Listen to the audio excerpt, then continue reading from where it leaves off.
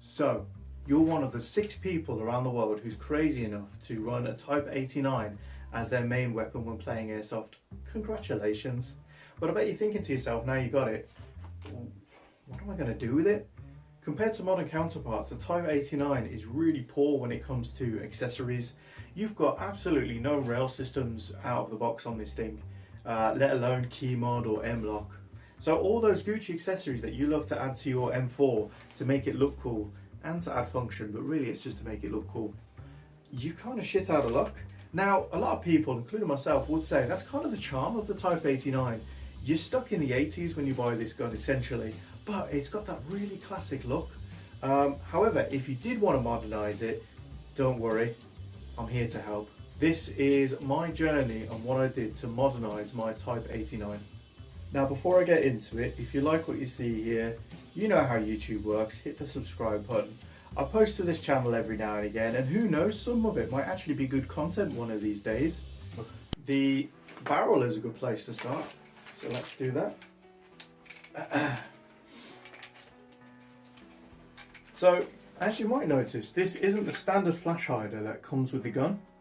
The standard flash hider that did come was very thick, high quality metal, but it was quite heavy. So I changed it for this one, which really I think suits the looks of the gun very, very well. Really nice flash hider. The colouring as well. Throughout the gun, you've got like a dual tone kind of colour of black and grey, which is very subtle, but for a nerd like me, I really quite like it. And this really suits it as well, because it's kind of like a gunmetal grey. Moving further back, I made a very, very, very tiny adjustment here, where that is the original sling loop, but I've added a little key ring there, so I've got a larger loop to use. Next up, you'll notice something. Gone is the original bipod that came with this gun. It was a cool bipod, and it really did give it an iconic look, but it adds a hell of a lot of weight.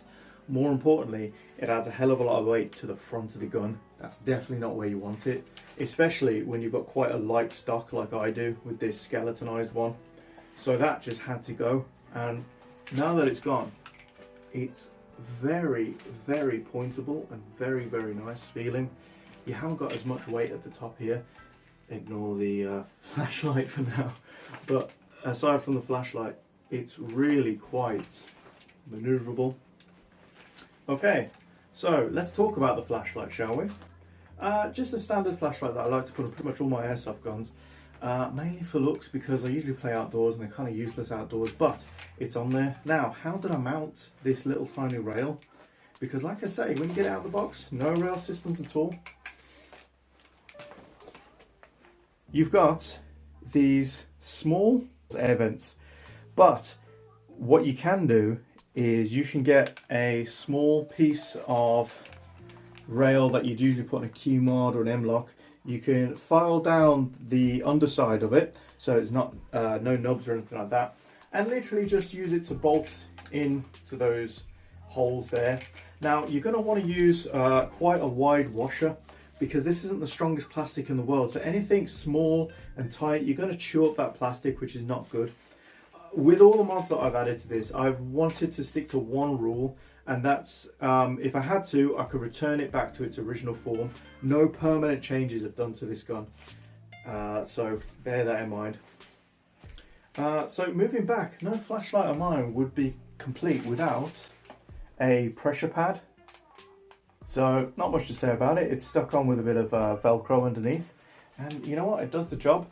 Now, there's nowhere to hide the wire, unfortunately, so I've just looped it underneath. It doesn't get in the way, so that's absolutely fine to me. Next up, Ranger bands. Very, very simple, but it does 3 very important things. So the first thing it does is, this is very slick plastic. There's no grip on it at all, and of course that's really the only place you can put your hands. But with these 2 bands on there, it gives a lot of grip for the gun. It also binds the 2 pieces of the plastic together. So To get this off, it's like a clamshell, so you pull it forward and they split in half, which is a cool design, but it does lead to a lot of creaking. These bands hold it together, so it really diminishes that creaking and makes it a nicer gun in terms of feel. I don't know if the gas version does the same, but the AEG version definitely does. And thirdly, it holds the pressure pad in place. I mean, there you go. Very, very practical. Moving back, we've got this rail. Now, if you're running the gas blowback Type 89, you won't have a problem finding a rail for it.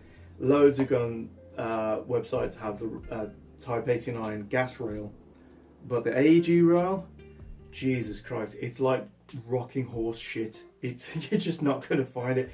It's so difficult. It took me months to find this thing. I finally got it from a Airsoft website, which I'll put somewhere around here because I can't remember the name of it, and I was so pleased to find it, because you can't get it anywhere in the UK, and I don't think I've seen any of them being sold in Europe as well, so bear that in mind.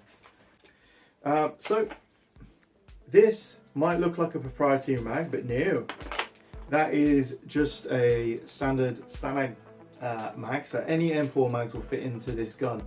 It looks a bit weird because the mag well is very shallow on the Type 89, and I find that it suits these little stubby Aries mags really well, so I like running these in the gun. But if you don't have any of those, not a problem. As I say, standard, I mean, even this P mag works really well, so just bear that in mind. Okay, moving further back, not much I've done to the stock, so okay, so do you remember I said that the plastic on this gun was very slick? Not the best. Well, I got a little idea from Call of Duty Modern Warfare, and when I first saw in that game they add grip tape to the grip, I thought that's a stupid idea, who would do that? But hang on, what if it's not? So I tried it, and lo and behold, it works. So no longer do I have to grip really hard to make sure I've got a good hold of the pistol grip. Now it's very solid. Do bear in mind, of course, that it may wear gloves, so you know your mileage may vary. Last but not least, obviously now that you've got the rail on it, you can put whatever optic you want. Now it's Airsoft, it's all about looks really, isn't it? At the moment I've got this aim point optic, whatever it's called, I can't remember this model. In the past I've put in little tiny T1s, which are really cool looking on this gun, I find. But the only thing is, you've got to make sure it's risen a tiny little bit. On the back of a Type 89, you can drop this little rear sight like that. Down it goes, but that mound will remain. So anything too low will be obscured by that mound. So do bear that in mind. I've seen a lot of people run EOTechs with these, which work, but I find that EOTechs can be quite high up, so you want something a bit lower because of course it's got a bit of a slope there. Okay, anyway guys, that's it for me rambling about toy guns, so I'll catch you next time. Pew, pew. Pew, pew. Oh, don't pretend like you don't do this around your house too, come on. Thought I'd interrupt my own video just to show you a sneak peek of my next video. I will be sharing my thoughts on the A&K Masada CQB. Yeah, look forward to it.